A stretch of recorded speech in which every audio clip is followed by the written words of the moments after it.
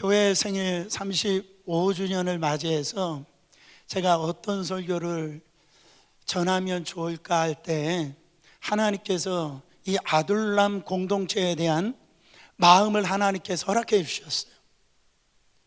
여러분, 이 아둘람 공동체 안에 있었던 사람들의 그 면면을 보면은 그 사람들의 모습은 이렇습니다.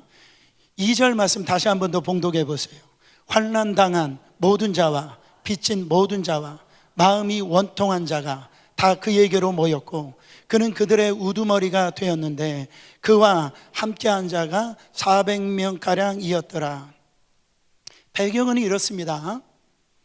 이 다윗이 골리앗을 물리치고 난 다음에 이스라엘의 영웅이 되어집니다. 근데 그 당시에 왕이었던 이 사울 왕이 시샘을 해가지고 다윗을 죽이려고 하는 거예요.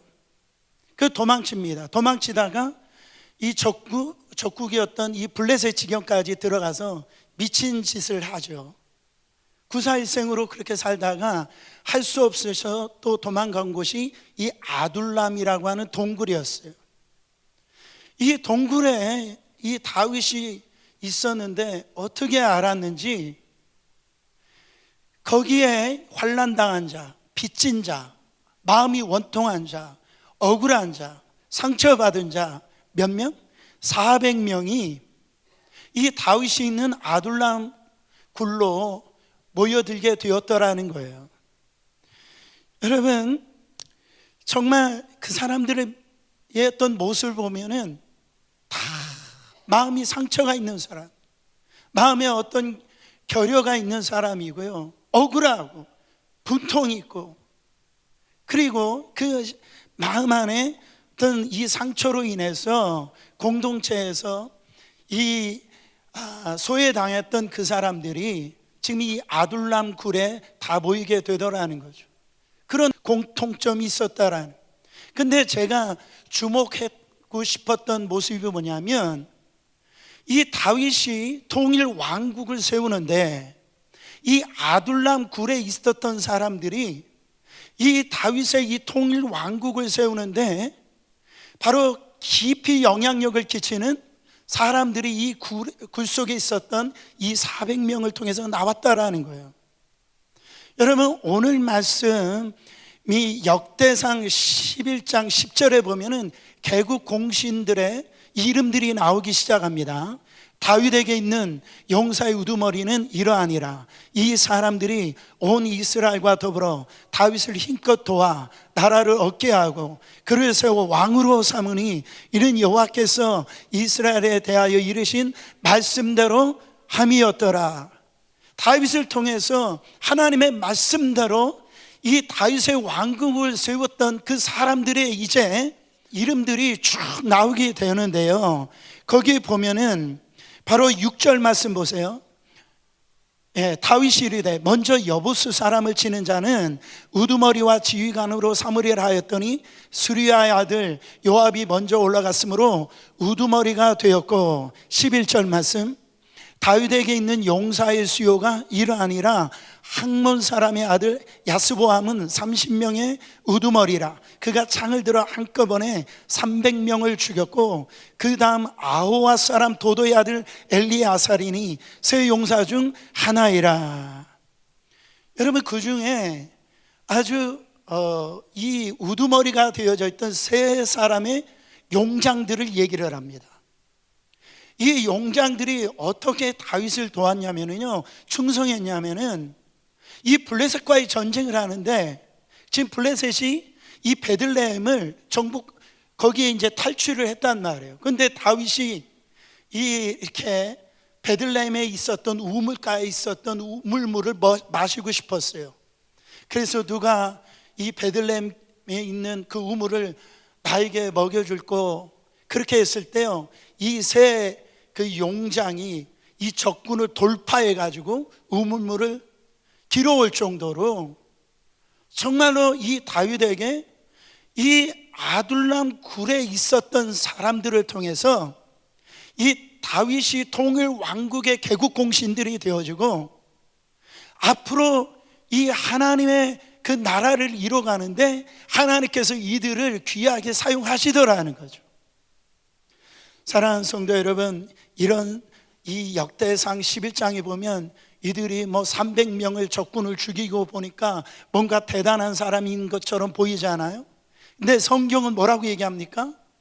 마음이 원통한 자, 빚을 진 자, 그리고 그 상처가 있고 억울한 자들, 그런 자들을 통해서 이런 놀라운 일을 행했더라는 거죠.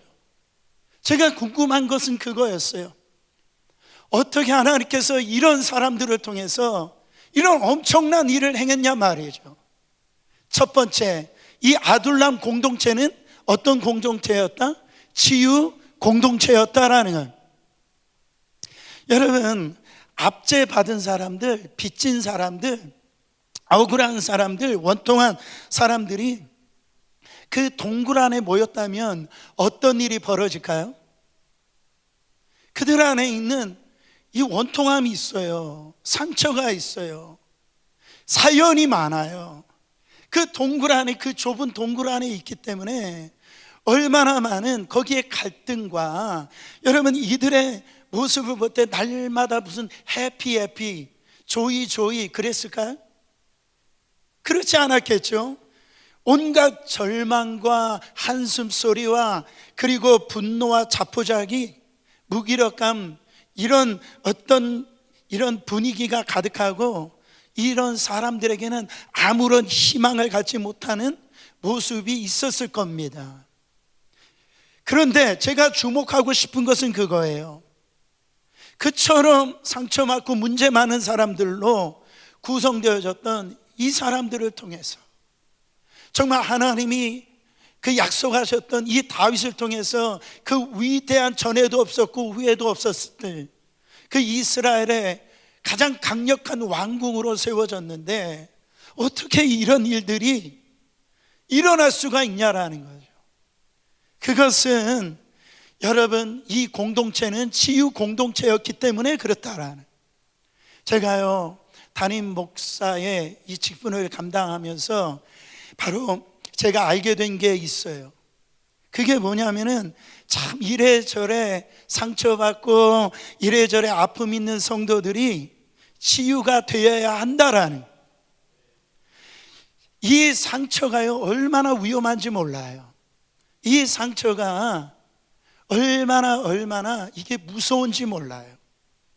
이 상처가요 치유가 되지 아니하면 이 상처를 통해서 독을 품어냅니다.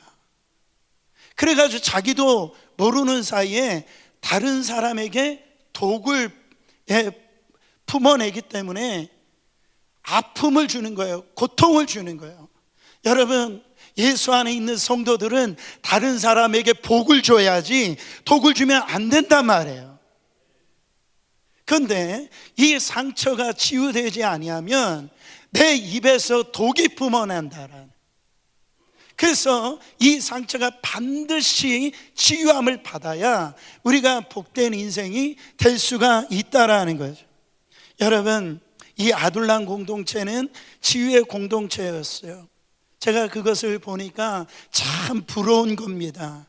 왜냐하면 이 세대 안에 목회를 하는 이 목사로서요, 그렇고 모든 성도들에게 있어서 우리가 이 꿈꾸는 모습이 이게 아닙니까?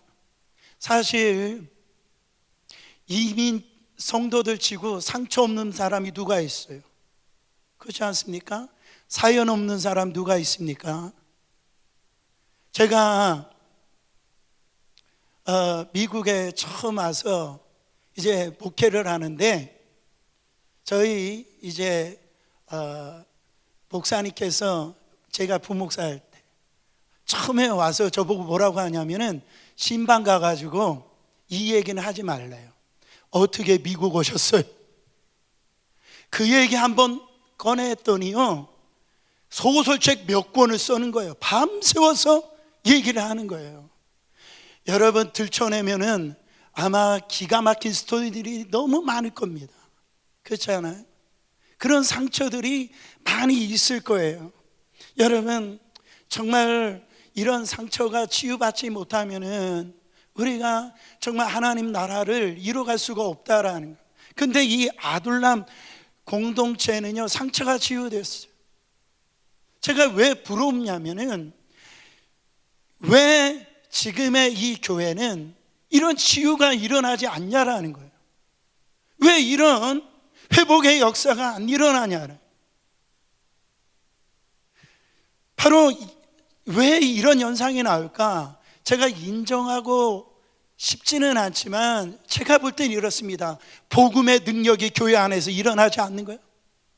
예수 그리스도의 십자가와 부활과 바로 다시 오심의 이 예수 그리스도의 이 복음의 역사가 성도들에게 관통이 되어져 가지고 그게 허상이 아니라 진짜가 되어져야 되는데, 교회의 진짜가 되어져야 되는데요, 그것이 하나 이론에 불과하고 나의 실제가 되지 않으니까요, 이런 치유의 역사가 일어나지 않더라는 거죠. 제가 3년 전에 한국에 나갔는데요, 한국 교회에 방문하다 보니까 교회 그 출입구에 이런 문구가 참 많이 쓰여져 있더라고요. 신천지는 이단 종파는 출입을 금합니다, 이렇게. 그리고 거기서 끝나는 것이 아니고요, 출입 시 법적 조치를 하겠습니다. 교회, 여러분, 참 얼마나 많은 교회가, 성도들이 그 신천지 이단 종파 때문에 영향을 받고 힘든지 이런 문구를 붙이고요, 안 되면 법적 조치를 하겠다라고 그렇게 애써 놓겠냐고요. 제가 그것을 보면서 이해도 되지만은 한편으로 마음이 아픈 거예요. 이해도 되지만 마음이 아픈 거예요. 왜 그렇습니까? 만약에 교회에 잘못된 어떤 신앙을 가지고 또 잘못된 교리를 가지고 그 이단 신천지들이 그 교회에 들어왔어서 이 성도들이, 교회가 진리 안에 올바로 서고요, 성도들이 복음 안에 이 능력 있고 힘이 있다고 한다면, 여러분, 그들이 교회에 와서 내 신앙이 잘못됐구나, 내가 돌아서야 되구나, 이런 역사가 교회 안에서 일어나야 되는 거 아니에요? 그렇지 않습니까?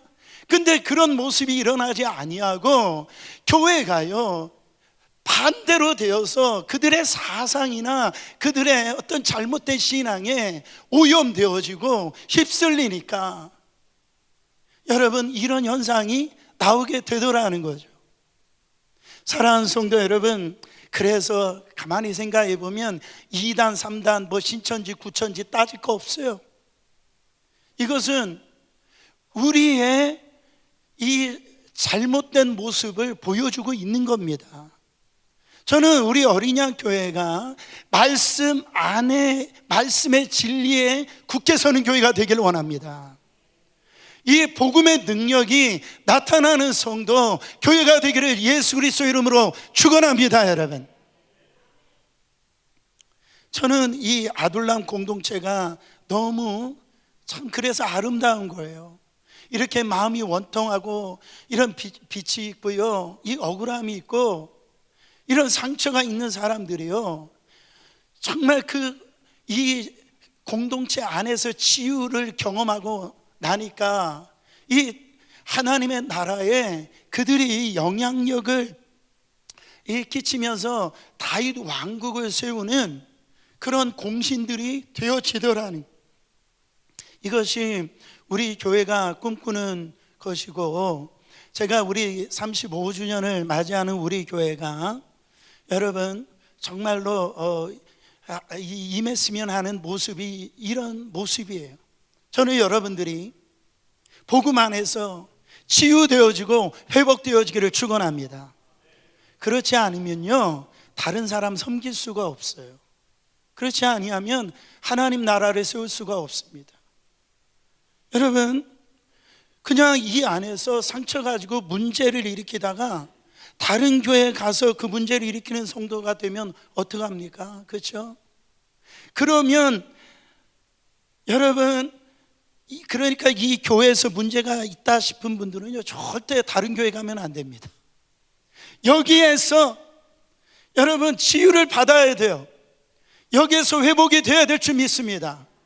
그래야 돼요. 내 상처가 완전히 복음의 능력 안에서 바로 다 녹아지는 경험을 한 그 사람만이 그 이웃을 섬길 수 있고 하나님의 나라를 이뤄갈 수 있다라는 겁니다. 제가 그 유튜브 우연찮게 어떤 목사님이 어떤 하시는 말씀을 제가 듣게 되어졌는데, 이 목사님이 그러시더라고요. 뭐라고 말씀하시냐면, 목사 안수를 이 받는 그때부터 자기 심장 안에 화살이 하나 꽂혀 있다라. 이 화살 때문에 너무 힘들다라는, 너무 이것 때문에요 불편하고 아프다라는 거예요. 복음 때문에 정말 그것으로 인해서 분명히 이 내 안에 복음으로 인해서 그것이 이 내 안에 있는 것이 사실이지만, 이 화살로 박혀 있는 화살 때문에 그렇게 불편하고 그렇게 아프다는 거예요. 여러분, 저도 그런 것 같아요. 그 화살이 제 안에도 박혀 있는 것 같아요. 그래가지고 이 화살로 인해서 여러분, 이걸 뺄 때도 아프고요, 그냥 둬도 아파요. 밥 먹을 때도 아프고, 어느 때는 잠자기 전에도 이 가슴이 아파요. 그냥 불현듯 운전하다가도 이 아픔이 몰려옵니다. 교회를 생각을 할 때도 이 아픔이 있어요. 우리 성도를 놓고 여러분 기도할 때도 이 아픔이 있어요. 저는 압니다. 제 운명을 알아요. 아마 평생 아플 거예요. 주님 앞에 설 때까지 저는 아플 것이라고 생각되어집니다. 근데요, 이 목사님이 한 권의 책을 읽다가 이 아픔이 사라지는 그 어떤 이 돌파구가 마련됐다라고 얘기하시더라고요. 저도 그 책을 읽었었는데 이 말씀을 통해서 저도 굉장히 그 은혜가 되어지더라고요. 그 책이 뭐냐면 오스왈드 챔버스라고 하는 목사님이 쓴 이 주님은 나의 최고봉이라고 하는 책이에요. 오래된 책입니다. 그래서 영성을 추구하는 분들이 이 묵상집을 많이 읽어요. 거기에서 나오는 말을 이렇게 인용하시더라고요. 이런 이야기입니다. 아픈 마음 때문에 이 세상에 하나님의 목적이 이루어진다면 하나님이 당신의 마음을 아프시게 하신 것에 감사하라. 이게 도대체 무슨 얘기냐 이렇게 생각되시는 분들을 위해서 한 번만 더 읽어드리겠습니다. 아픈 마음 때문에 이 세상에 하나님의 목적이 이루어진다면 하나님이 당신 마음을 아프게 하신 것에 감사하라. 저는요, 이 대목을 읽게 되어지는데, 듣게 되어지 눈물이 핑 돌더라고요. 여러분, 하나님이 제 가슴 안에 화살 하나가 꼽혀 있는데 이 그냥 다 아픈 것 같은데, 하나님 이 아픔을 통해서, 이 고통을 통해서 하나님 나라가 세워지고요, 이 땅에 하나님이 영광이 드러나고 이 땅에 교회가 회복되어지는 이 일의 쓰임을 받을 수만 있다면 하나님 저희 아픔을 사용하여 주시고, 하나님 저는 이 아픔에 피하지 않겠습니다, 이 고백이 되어지더라는 거예요. 사랑하는 성도 여러분, 주님의 기쁘신 뜻이라면은요, 어떤 분들 이 화살을 맞으신 분들이 있어요. 다른 사람들은 고통을 못 느끼는데, 다른 사람은 그 아픔이 없는데, 교회만 생각하면, 성도들만 생각하면, 하나님만 생각하면 내 마음이 아픈 거예요.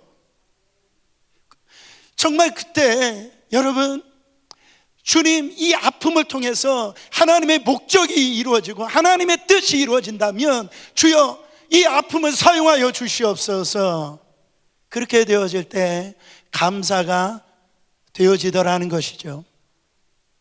여러분, 그래서 제가 이 두 가지를 이 상처 안에 있는 이 두 가지 뜻을 통하여서 은혜 되기를 원하고요, 그것을 통해서 여러분들이 도전받기를 원합니다. 첫째는 뭐냐면 상처와 결핍을 통하여서 그 결핍 안에 하나님의 뭐로 채우라?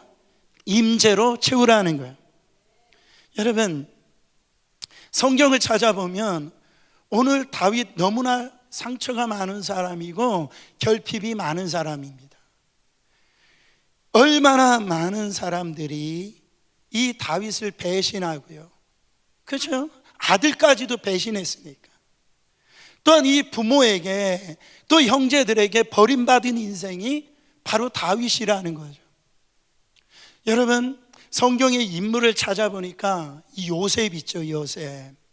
요셉이 형들의 그 미움을 통해서 어떻게 되어집니까? 그 팔려가요. 근데 그 요셉은 누가 끔찍이 요셉을 사랑했어요? 아버지 한 사람은 요셉을 끔찍이 사랑했습니다. 그래서 요셉에게는 이 자주색 옷을 입혀줬어요. 여러분, 이 야곱을 한번 생각해 보세요. 야곱은 어떻습니까? 형과 아버지로부터 인정을 받지 못했지만 요셉에게는 누가 있었어요? 어머니가 있었어요. 어머니가 이 요셉을 끔찍하게 사랑했어요. 요셉이나 이런 이 야곱은 어떤 한 사람, 가족 중에 한 사람이 사랑해주는 그런 이 사람들이었단 말이죠. 근데 이 다윗을 살펴보니까요, 다윗은 어느 누구도 다윗을 갖다가 사랑해주지 않았습니다.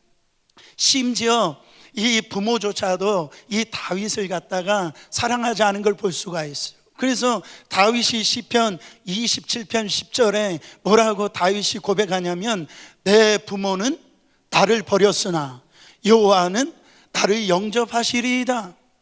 이렇게 다윗이 고백할 만큼 부모조차도요 다윗을 인정하지 않았다라는 거예요. 여러분, 우리가 어디에서 그걸 알 수 있었습니까? 이제 사울이 불순종함으로 말미암아, 교만함으로 말미암아 이제 사무엘 선지자를 통해 가지고 이제 사울을 패하시고 이제 하나님께서 이새의 아들들을 통해서 왕을 세우시겠다라고 작정하셨어요. 그래서 이새의 집에 이 사무엘 선지자를 보냅니다. 그때 이새가 아들들을 불러 세워요. 7명을 이제 선지자 앞에 세웁니다. 첫째가 지나가도 하나님이 세우신 사람이 아니에요. 7째가 지나갔는데도 이 하나님이 세우신 그 왕의 기름 부음을 받을 자가 아니었다라는 거예요. 그때 이 사무엘 선지자가 이새에게 얘기를 합니다. 사무엘상 16장 11절에 이렇게 물어요. 또 사무엘이 이새에게 이르되 내 아들들이 다 여기 있느냐? 이새가 이르되 아직 막내가 남았는데 그는 양을 지키는 나이다. 사무엘이 이새에게 이르되 사람을 보내어 그를 데려오라. 그가 여기 오기까지는 우리가 식사 자리에 앉지 아니하겠노라. 아버지가 봐도 다윗이 8째 이 막내에 있는데요, 아버지가 봐도 이 아들 같지 않은 거예요. 여기에서 그 표현을 뭐라고 얘기하냐면 아직 막내가 남았는데, 이거를 원어적으로 보면은요 이 막내라고 하는 표현이 모자르다 이런 표현이에요. 그러니까 아버지가 아들을 보는데 얘는 모자른 거예요. 어디 내세울 만한 아들이 아닌 거예요. 이 아버지가 그렇게 생각하는 부족한 아들 하나 있다라고 이렇게 얘기를 하는 겁니다. 근데 사무엘 선지자 뭐라고 합니까? 그 아들 내 앞으로 데려오기까지 내가 음식을 먹지 않겠다. 그래서 이 다윗을 기름 부어 이제 왕을 세우는데요, 여러분, 이런 다윗이 그런 어떤 상처와 그런 아픔 가운데 있었을 때 그 시편 27편에 이 아버지가 나를 버렸다라고 하는 이 표현에 그 앞부분을 보면은요, 그가 가지고 있는 상처와 그 아픔을 뭐로 채웠는지를 알 수가 있어요. 뭐로 채웠냐면은 바로 다윗의 기도가 4절에 등장합니다. 같이 읽어보세요. 내가 여호와께 바라는 한 가지 일, 그것을 구하리니 곧 내가 내 평생에 여호와의 집에 살면서 여호와의 아름다움을 바라보며 그의 성전에서 사모하는 그것이라. 뭘 바라봤어요? 부모에게 버림받았다는 이 상처를 이 하나님 앞에 토해내는 것 동시에 이 다윗은요 뭐라고 얘기합니까? 하나님의 임재를 함께 구했다라는 거죠. 사랑하는 성도 여러분, 성경은 지금 이거를 가르쳐주고 있어요. 우리에게 상처와 아픔이 없는 사람이 없을진데, 여러분, 이 상처와 이 아픔이 어떻게 우리 안에서 정말 하나님의 그 영광 가운데 살아갈 수 있는 능력이 되어지냐면, 그 안에 하나님의 임재로 채울 때, 그때요 여러분, 그 하나님의 은혜로 그 결핍을 채우고 하나님의 그 임재 가운데 들어갈 때에 하나님 앞에 예배하는 삶을 살 수가 있다라는 거죠. 여러분, 아둘람 굴에서 다윗은 그 막막하고 두려움, 그 캄캄한 그 동굴 속에서 여러분, 다윗은 하나님의 임재를 구하고요, 그 안에서 이 다윗이 어떻게 했는 줄 아세요? 하나님을 찬양합니다. 그래서 이 오늘 말씀과 병행되어지는 시편이 시편 57편이에요. 그 57편 10절에 보면 이 다윗이 이렇게 찬양하는 거예요. 무릇 주의 인자는 커서 하늘에 이르고 미치고 주의 진리는 궁창에 이르나이다. 현대어 성경으로 보면 주님의 한결같은 그 사랑, 너무 높아서 하늘에 이르고 주님의 진실하심 구름에까지 닿습니다. 다윗은 하나님의 그 임재를 지금 경험하면서 그 하나님의 임재를, 하나님의 은혜를 채워가면서 다윗이 놀랍게 변화되어지더라는 거예요. 여러분, 그 동굴 안에서 하나님을 찬양하게 되어지더라는 거예요. 하나님의 임재 가운데 들어가니까요, 그 입에서 찬송하는 그 놀라운 변화 역사 일어나더라는 거죠.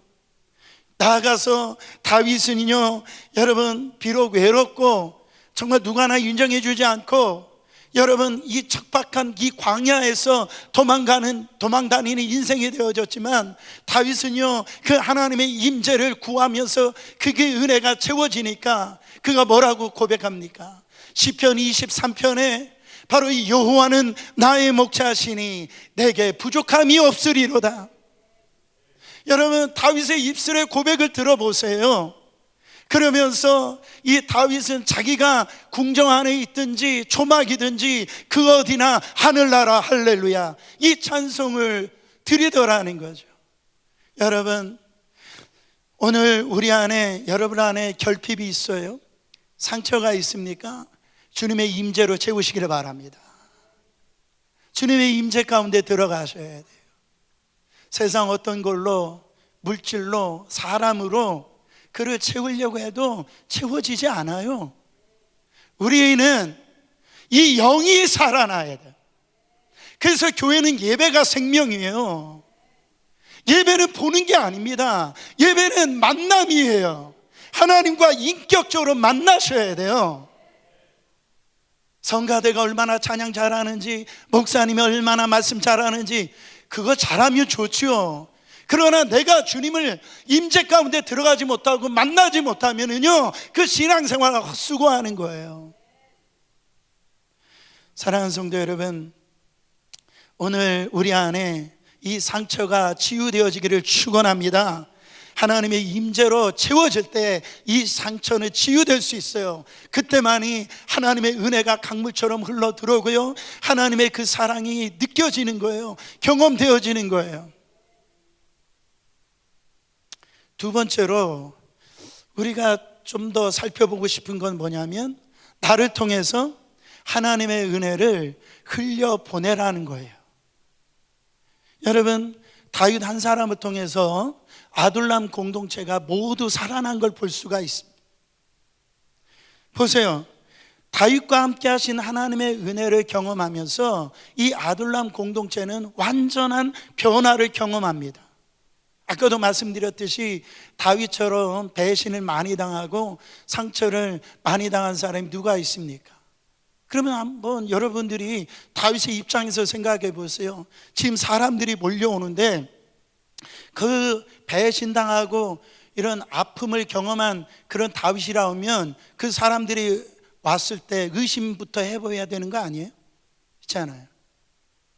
저 사람 정말로 그 아픔이 있다 보면은 일단 생각 자체가 이렇게 막혀져 있는 생각을 해야 되는 거 아니냐 말이에요.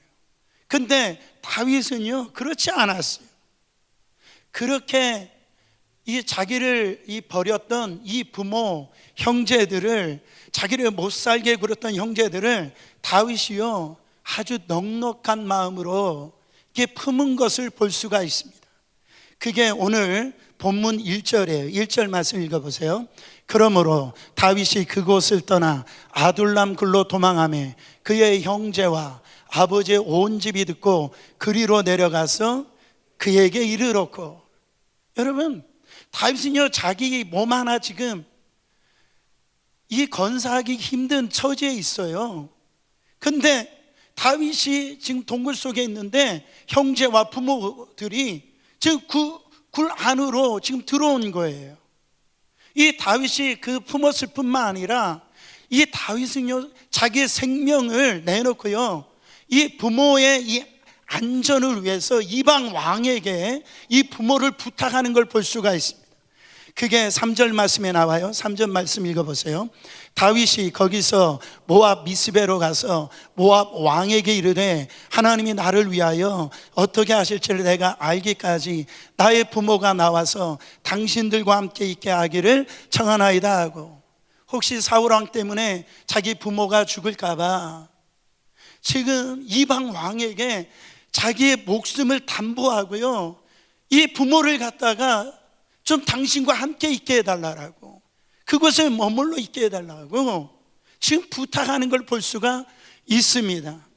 여러분, 그 아둘람 공동체에서 다윗은 늘 하나님께 초점을 맞췄고 하나님의 임재를 구하였고, 그러면서 그 아둘람 공동체 안에 정말 있었던 그 사람들을 여러분 어떻게 섬겼어요? 그 안에 있는 400명들도 동일하게 그 마음으로 이 다윗이 품은 걸 볼 수가 있습니다. 이것은 제가 볼 땐 다윗의 위대함이 여기 있다라고 생각합니다. 그 아둘람 공동체에 있었던 한 사람 한 사람들이요 다윗과 함께 계신 하나님을 경험했어요. 그곳에서 하나님의 은혜를 맛보게 되어졌더라는 거예요. 여러분, 저는 그러면서 상상을 해봅니다. 아까 말씀드렸듯이 같은 상황이 시편 57편인데요 거기 보면은 그렇게 편한 상황이 아니에요. 사울 왕이 다윗을 죽이기 위해서 3,000명이 그런 다윗을 죽여가는 그런 군대를 갖다가 보내가지고 샅샅이 찾습니다. 여러분, 그런 상황에서 지금 다윗이 어디에 숨었어요? 굴에서 숨었어요.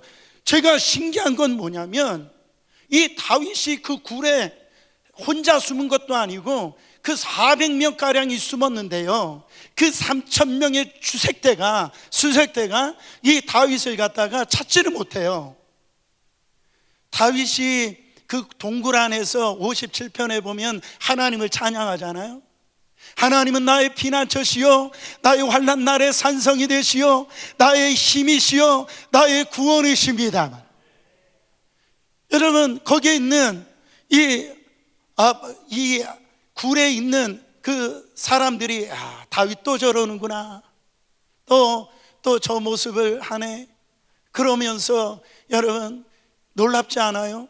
그 안에 그렇게 찬양하고 거기에서 부흥회가 일어나는데도 그 수색대가 찾질 못하는 거예요. 여러분, 이거 누가 하신 겁니까?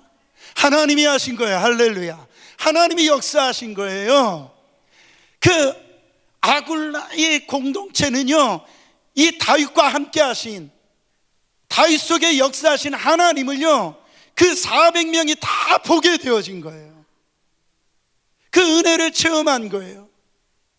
정말 이 다윗이 그 어려움 속에서 하나님을 찬양하고 하나님의 임재 가운데 들어가서 하나님을 높여 드렸더니 하나님께서 이렇게 놀랍게 역사하시더라.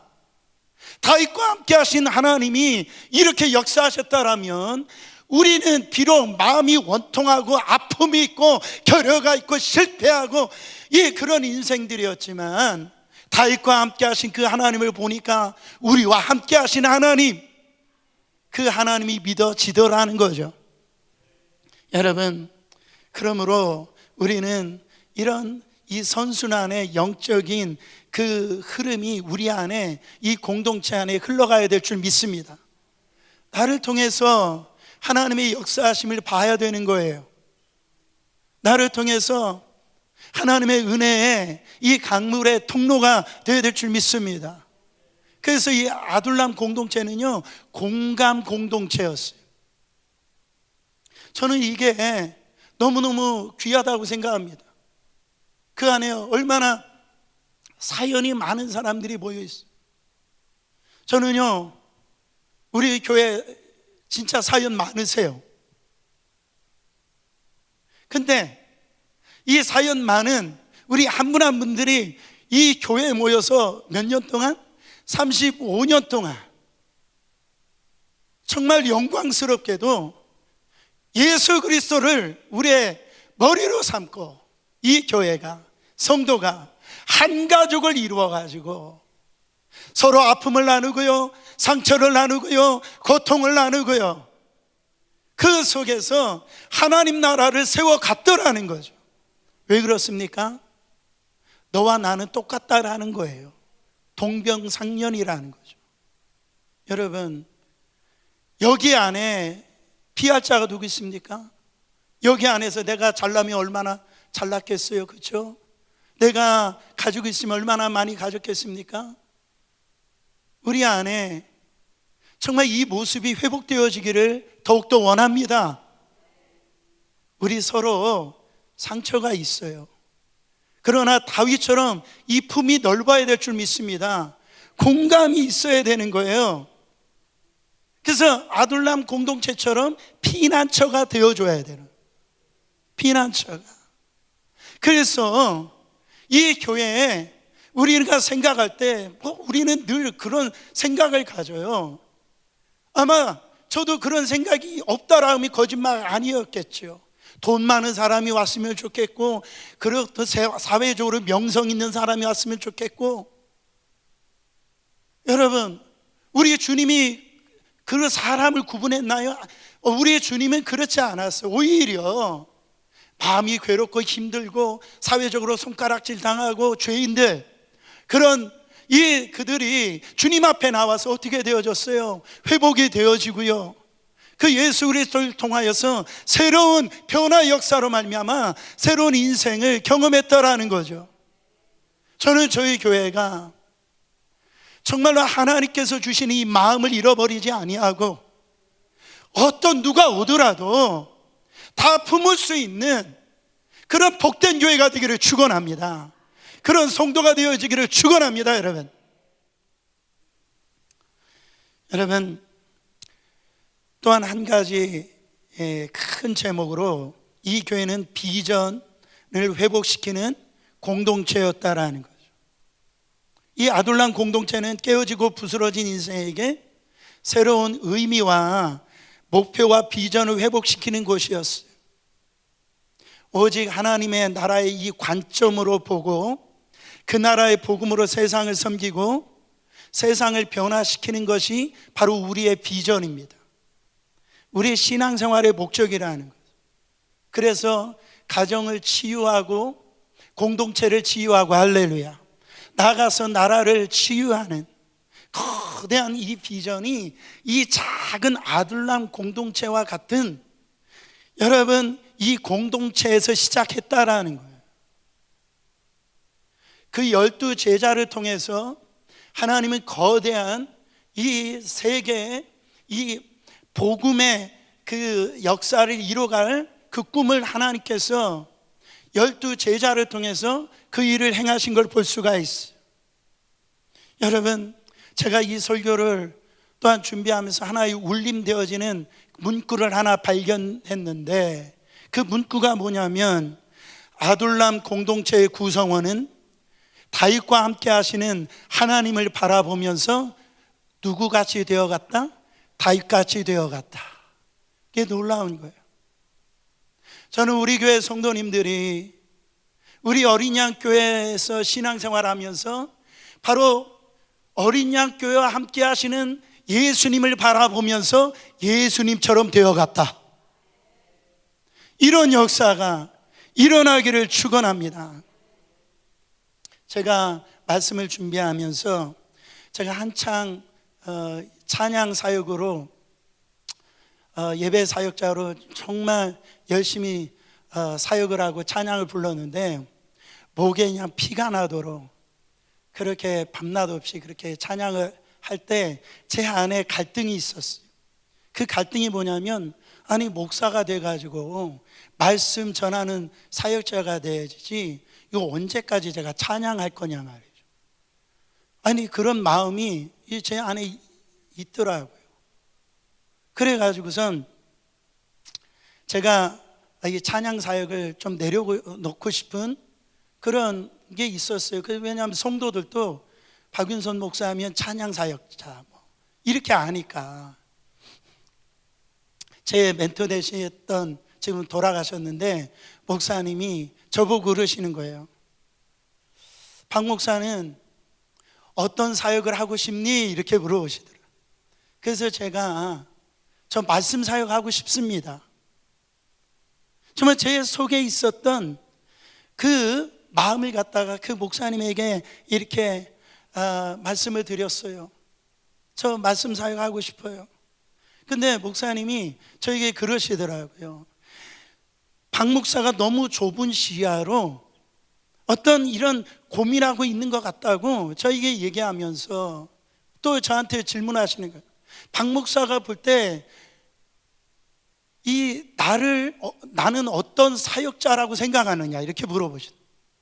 그래서 저는, 아니 목사님은 말씀 사역자시죠?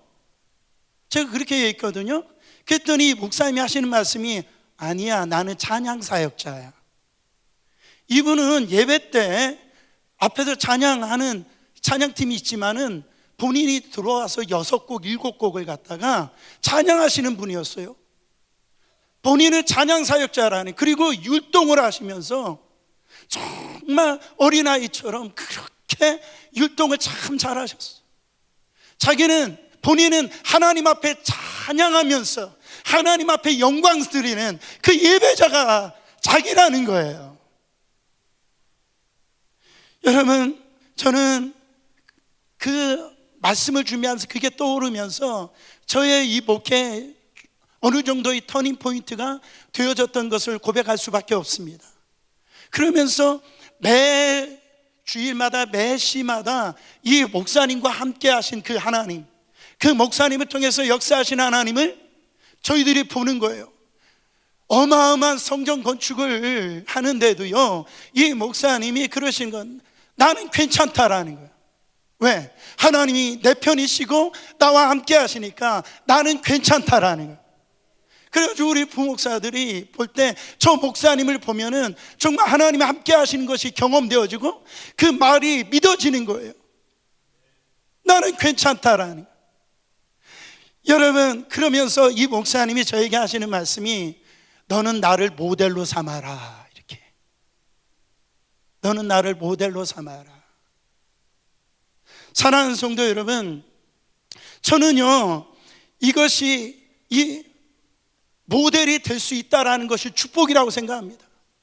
이 목사님은 걱정이 안 된다라는 거예요. 저는요, 정말 하나님께서 주신 이 은혜가 너무 큽니다. 이 축복이 너무 놀라워요. 저는 성전 건축도 하고 앞으로 행하실 주님을 기대합니다. 그때 저는 걱정이 안 돼요. 저는 이것이 여러분, 이 아둘람 공동체 안에 있었던 다윗을 보았던 그 아둘람 공동체의 이 구성원들이 바로 이 고백을 한 거예요. 다윗과 함께 하신 하나님을 보니까 앞으로 걱정이 안 되는 거예요. 다윗과 역사하신 하나님을 보니까 걱정이 안 되는 거예요. 여러분, 우리 성도님들을 서로 바라볼 때 나는 집사님을 바라보니까, 권사님을 바라보니까 나는 걱정이 안 돼. 한번 옆 사람에게 축복해 보세요. 나는 집사님을 바라보니까 걱정이 안 되네요. 권사님을 바라보니까 걱정이 안 됩니다. 근데 걱정이 돼요? 이것이 가정에도 마찬가지입니다. 아이들 앞에도 우리 부모님과 함께 계신 하나님을 보니까 이 아이들이 걱정이 안 돼야죠. 부모의 역사하신 하나님, 함께 하시는 하나님을 이 자녀들이 똑똑하게 체험하다 보니까 우리의 부모는 이 어려움과 고통 속에서도 하나님께서 함께 해주신 게 이렇게 되었더라. 근데 날마다 집에서 걱정하고요, 거기 안에서 여러분 하나님 백성다운 모습이 없어진다면 자녀들이 뭘 배우겠습니까? 사랑하는 성도 여러분, 구역도 마찬가지입니다. 구역장을 볼 때 여러분 그 구역이 살아날 줄 믿습니다. 저는 오늘 말씀을 마치면서 우리 교회가 35주년을 바라보면서 이 아까 불렀던 이 교회라는 찬양을 제가 발견하게 되어졌어요. 거기에 이 내용이 굉장히 따뜻해요. 그러나 우리의 신앙은 뭔가 거대하게 생각하지 마세요. 우리 한 사람 한 사람들이 교회가 돼가지고 그리스도의 그 마음을 품고요, 상처 있는 분, 아픔 있는 분, 고통 있는 분, 원통 있는 분들을 그리스도의 마음으로 품고요, 그들을 하나님 나라에 세워가는 것이 그게 성도고 그게 교회라고 믿습니다.